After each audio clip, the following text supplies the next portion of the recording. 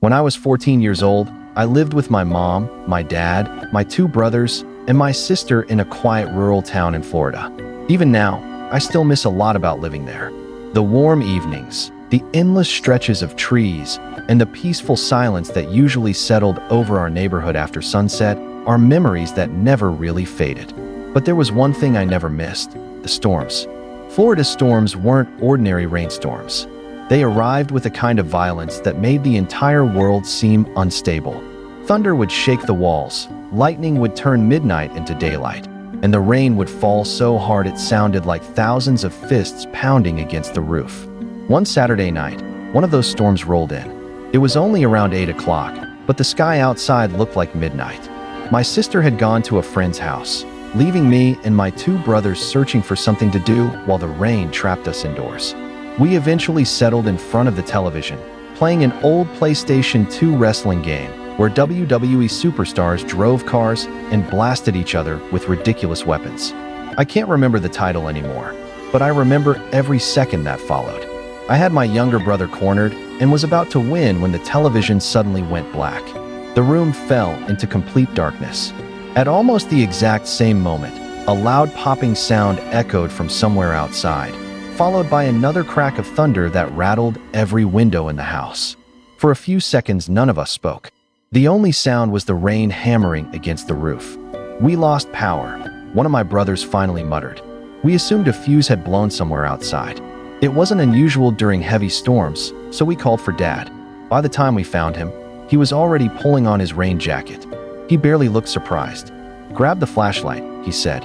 "Come outside with me." I had no idea that stepping through that front door would become one of the most terrifying memories of my childhood. Our house had two fuse boxes. One was inside near a closet, and the other was mounted outside on the telephone pole near our front lawn.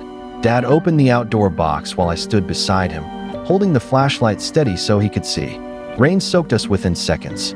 Water streamed down my face, making it difficult to keep the beam focused as Dad flipped one switch after another, hoping something would restore the electricity. Nothing happened. He frowned. "Stay here," he said. "Keep trying these switches. I'm going inside to check the other box." Then he disappeared into the darkness toward the house. I was suddenly alone. The storm seemed louder now that Dad had left. Rain splashed against the ground so hard it almost drowned out everything else. I kept reaching toward the switches exactly as he'd told me, but every few seconds my eyes drifted toward the thick woods behind our property. That's when I heard it. A sharp cracking sound. Not thunder. It sounded like a massive tree branch snapping somewhere deep among the trees. Every hair on my arm stood up. Without thinking, I turned the flashlight toward the woods. For less than a second, I caught sight of something. An arm. It looked as though someone had been standing behind one of the trees, peeking around the trunk. The instant the flashlight landed on it, the arm vanished behind the tree again. I froze. Maybe I'd imagined it. Maybe it was just a branch moving in the wind. But something deep inside me said otherwise. I slammed the fuse box shut and sprinted through the rain, nearly slipping as I rushed onto the front porch. I burst into the house, dripping water across the floor, and found Dad working on the indoor fuse box. "Dad, somebody's out there." He looked up, listened carefully as I explained what I'd seen, then nodded. He didn't laugh or tell me I was imagining things, but he also didn't seem completely convinced. "Show me." Together we walked back outside into the storm. I pointed the flashlight toward the exact tree where I'd seen the arm. Dad took the flashlight from my hand. Then, without another word, he started walking straight into the woods. I stayed near the back patio, watching the flashlight bounce farther and farther between the trees until it became nothing more than a tiny flicker in the darkness. Then it disappeared completely.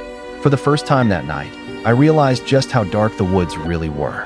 Without electricity, there wasn't a single light anywhere around us. The clouds covered the moon. The rain blurred everything beyond a few feet, and the forest seemed to swallow every trace of my dad. Minutes passed. At least they felt like minutes. I kept staring into the darkness, waiting for the flashlight to reappear. It never did. A knot formed in my stomach. Finally, I called out, "Dad!" Only rain answered. I shouted again, louder this time. Then I heard him. "I'm over here." Relief rushed over me for exactly 1 second, because almost immediately afterward, I heard footsteps. Heavy footsteps. They weren't coming from the direction of my dad's voice. They were somewhere else. Closer. The sound stopped, then started again. Crunch, crunch, crunch. I remember standing completely still, trying to convince myself the storm was playing tricks on my ears. It wasn't. Someone else was moving through those woods. I called for my dad again, and his voice answered from the opposite direction. Every instinct told me to run. Instead, I stumbled toward the sound of his voice until I finally saw him emerging through the rain, breathing heavily as he made his way back. I tried to explain about the footsteps. "They weren't you," I said. "Someone else was walking over there." His expression changed. The playful patience he'd had earlier disappeared. "Go inside," he said firmly. "Lock the door." There was no arguing with the tone in his voice. I ran back to the house. My mom and brothers gathered near the back door, expecting Dad to step out of the woods any moment. Instead, someone began trying to open the front door. The handle rattled violently. Everyone froze. I immediately started toward the front entrance, convinced Dad had simply walked around the house. Before I could reach the door, my mom grabbed my arm. "Wait." She leaned toward the peephole while the door handle continued twisting back and forth. For a second, she didn't move. Then she screamed. It wasn't the kind of scream someone lets out after being startled. It was pure fear. She pulled me backward so hard I nearly lost my balance. Upstairs. Now, my brothers didn't ask questions. We all rushed toward the stairs as another loud rattle echoed through the front door. At that exact moment, the back door burst open. Dad stepped inside, soaked from head to toe. I never actually saw what happened next because my mom had already pushed us toward the second floor, but I could hear everything. Dad shouted. His voice echoed through the house as he yelled at someone outside. Then came the sound of running. Fast, heavy footsteps disappeared into the woods. A few minutes later, Dad came upstairs. His breathing was uneven, and his clothes were covered with mud. He told us he'd seen someone running away into the trees after hearing the commotion at the front of the house. That was enough for all of us. Nobody slept much that night. Every creak of the house made us jump.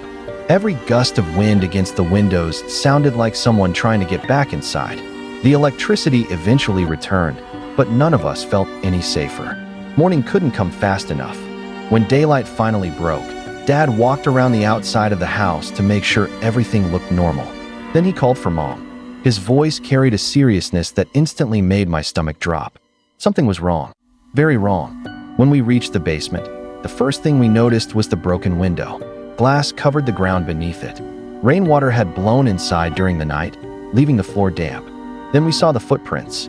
Large, muddy footprints stretched across the basement carpet, leading away from the shattered window. Someone had definitely been inside our house. As Dad followed the trail, it became obvious that the intruder hadn't simply climbed in and left. He had taken his time. A large stack of cash that had been sitting on the basement bar was gone. Several antique decorations that had been kept there for years had disappeared as well. The thief had searched the basement carefully before leaving. But what terrified us wasn't what had been stolen. It was where the footprints led. The muddy prints climbed the basement stairs, one after another, straight toward the heavy basement door that separated the lower level from the rest of our home. Then, they stopped. The door itself hadn't been forced open. Our basement had an unusually heavy-duty lock, installed years earlier by the previous owner. Somehow, that lock had held. The man had made it all the way to that door. He had tried to go farther, and something had prevented him from reaching the rooms where the rest of us had spent the entire night. I've often wondered how long he was inside while we sat upstairs believing the danger had already passed.